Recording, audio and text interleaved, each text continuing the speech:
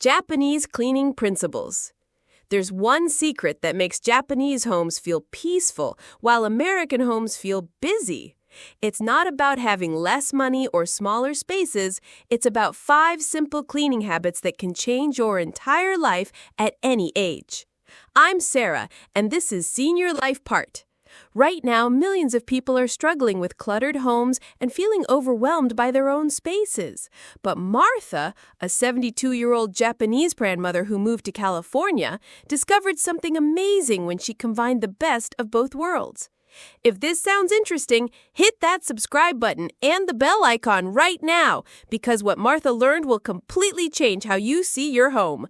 And don't forget to give this video a thumbs up if you're ready to transform your living space. These aren't complicated rules that require buying expensive products. These are gentle, simple practices that Martha used to fall in love with her home again after moving to a completely different country.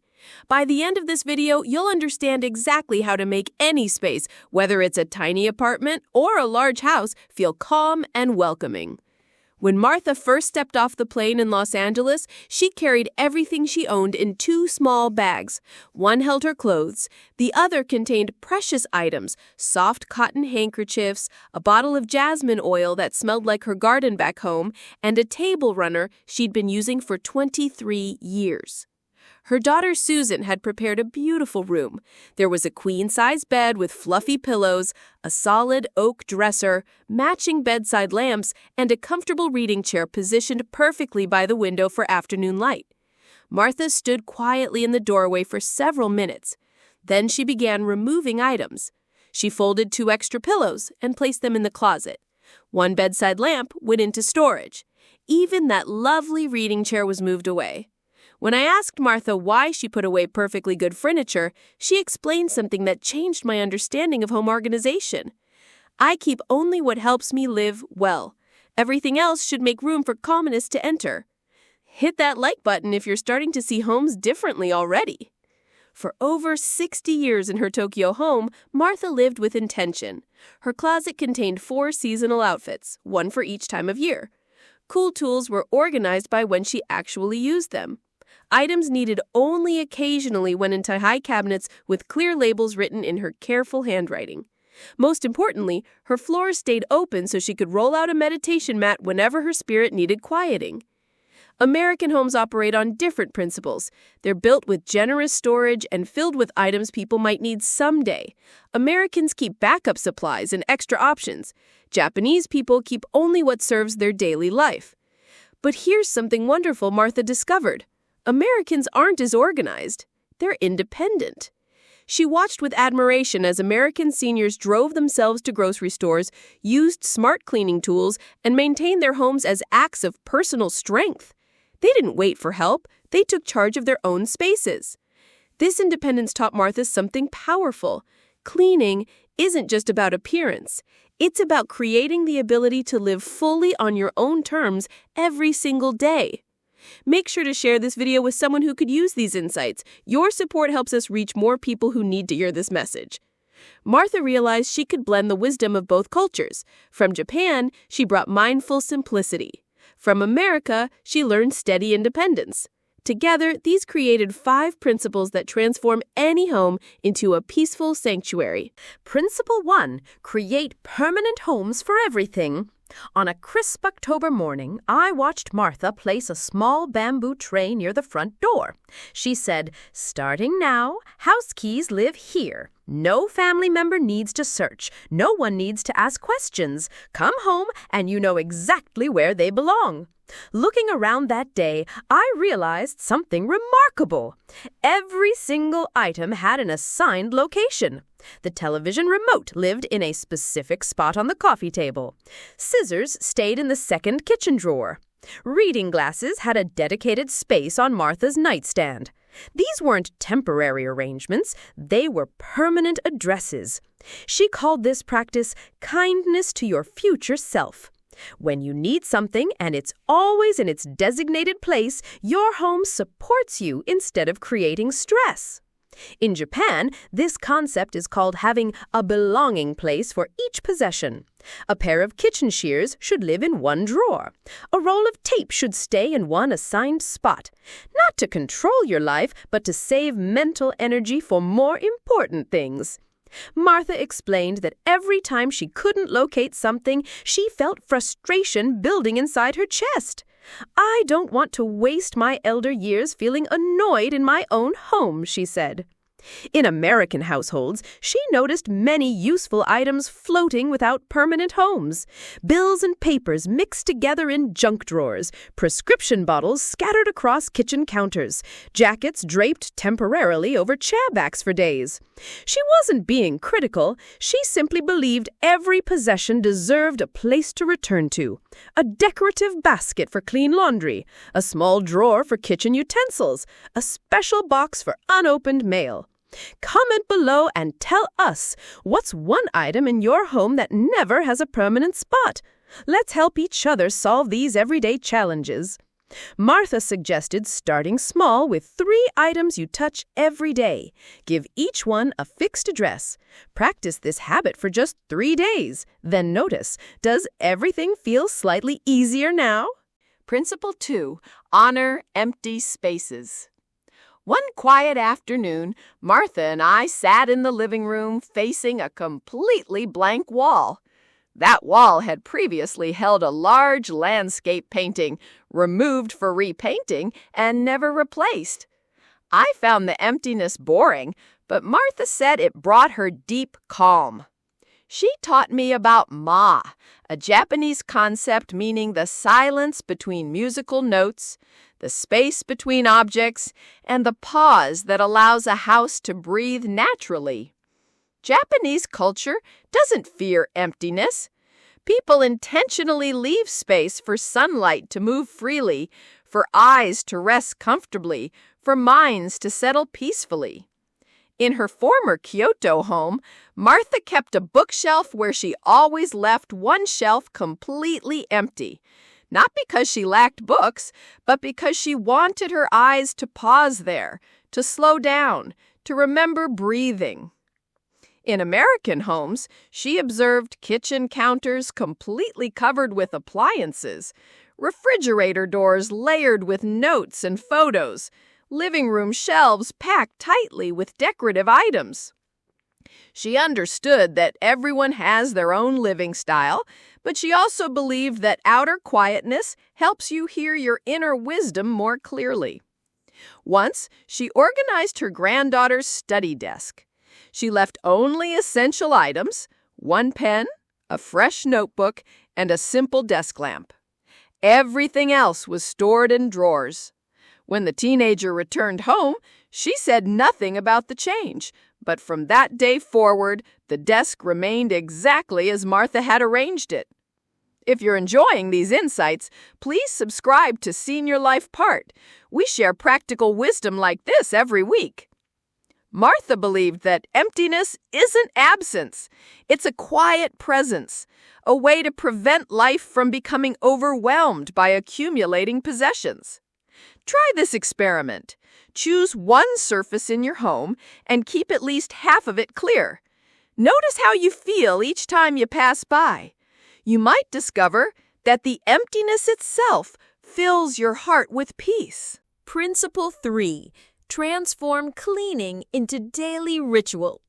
During those peaceful early morning hours when the entire household still slept, Martha would rise, wash her face with warm water, and slowly clean each stair-step with a soft cloth. Nobody requested this. Nobody even noticed. But she performed this task as naturally as breathing. She called it the ritual of welcoming a new day. Nothing fancy was required. No expensive equipment needed. Simply wiping the dining table, folding a kitchen towel properly, rinsing the bathroom sink clean. Each action carried gratitude. When I asked, why not save time and do everything once a week, she smiled gently. When you allow dust and disorder to accumulate, you feel tired before you even begin working. But when you do small amounts daily, your home never becomes a burden. In Japan, children learn early that cleaning represents responsibility toward the space that shelters them, not because areas are dirty, but because you feel thankful for where you live. After moving to America, Martha noticed that older Americans had their own meaningful rituals. Some folded the living room throw blanket every evening. Others always washed their coffee cup before bedtime. Not from fear of messiness, but from desire to end each day with order. Martha found these habits beautiful. Cleaning isn't drudgery, it's a form of caring, a moment to focus on breathing, to notice life continuing in the smallest corners. Like this video if you're starting to see cleaning as self-care instead of just work. Start by choosing the smallest possible daily task. Wipe your bathroom sink. Fold one blanket. Arrange your shoes in a line. When you do this consistently, your home will remember, and you'll begin experiencing quiet calm each time you return. Principle 4. Reduce furniture to increase flow. In her Tokyo home, Martha never owned a sofa. She spread floor cushions around a low wooden table in the room's center. When needed, she folded the cushions, moved the table aside, and the space transformed into an area for stretching, meditation, or simply sitting in silence. Moving to California, she was surprised to see how people walked around their furniture instead of removing pieces to create open pathways. Rooms contained coffee tables in centers, large sofa sets, armchairs, entertainment centers, and side tables. Each piece was beautiful and functional, but when placed too closely together, they interrupted natural movement. Martha often compared rooms to flowing streams. Furniture pieces are like stones in the water. Too many stones create blockages. Place them thoughtfully, and the flow becomes beautiful. She never opposed furniture ownership. She simply said, "Let furniture serve your life, not force you to navigate around it daily." Once, she helped her daughter rearrange their living room. They removed a rarely used armchair, relocated the coffee table near the window for better light, and stored away unnecessary decorative items. The room immediately felt larger, brighter, and more peaceful. Share this video with someone who feels cramped in their own home. They'll thank you for it. Martha suggested walking through your home and asking, "Is there something I step around every single day? If yes, try moving it or living without it for 1 week." Sometimes we don't lack space, we simply have too many obstacles making us uncomfortable in our own homes. Principle 5. Change with seasons to renew spirit. Martha maintained a special practice. Whenever weather patterns shifted, she would replace the table covering, swap curtains for thicker or lighter fabric, and place fresh natural elements on her tea table. White chrysanthemums for summer's heat, pine cones for winter's quiet, cherry blossoms for spring's awakening. Homes are like people, she explained. They need to change clothes with the seasons. Nothing expensive required, just small gestures to remind ourselves that time keeps moving forward. Living with her American family, she continued this tradition. But she also discovered something wonderful. Americans love seasonal celebrations. From Halloween decorations to Christmas lights to Independence Day displays. She found this enthusiasm heartwarming. She didn't purchase much, but she collected a few simple items. A wreath made from dried autumn leaves, a string of tiny warm lights, a red cloth for year-end holidays. Then she blended both approaches, Japan's subtle elegance with American celebratory spirit. She believed that when we change slightly with each season, homes feel refreshed, and we feel more alive in the present moment. Subscribe to Senior Life Part if you want more seasonal living tips like these. You don't need to redecorate entire rooms. Just keep one small basket. At each season's beginning, fill it with items reflecting current weather, a dried branch, a colorful fallen leaf, a piece of bright fabric. When you do this, you're telling your home, I am awake. I am paying attention. I am walking with time in gratitude. Living with Martha and hearing her gentle wisdom taught me that cleaning isn't a task to complete and forget. It's a method for slowing down, for caring deeply, for creating spaces that reflect who we truly are. The 5 principles she shared cost nothing. They require no special tools. They demand only a sincere desire to live more lightly, calmly, and kindly in the place you call home. From giving every possession a returning place to allowing space for peaceful breathing, from cleaning daily as Thanksgiving practice to reducing furniture for natural movement. And, finally, changing with seasons so life never becomes rigid. Martha didn't choose one culture over another. She said Japan taught her elegance. America taught her strength. Her home now combines both, a place that is simple yet welcoming, calm enough for breathing, and warm enough for truly living. Thank you for watching Senior Life Part until the end. If this content helped you see your home differently, please like this video, subscribe to our channel, and leave a comment sharing which principle you'll try first. Your engagement helps us create more meaningful content for seniors and anyone wanting to live more intentionally. Ring that notification bell so you never miss our weekly wisdom. See you in the next video, and remember, your home should serve your happiness, not create stress.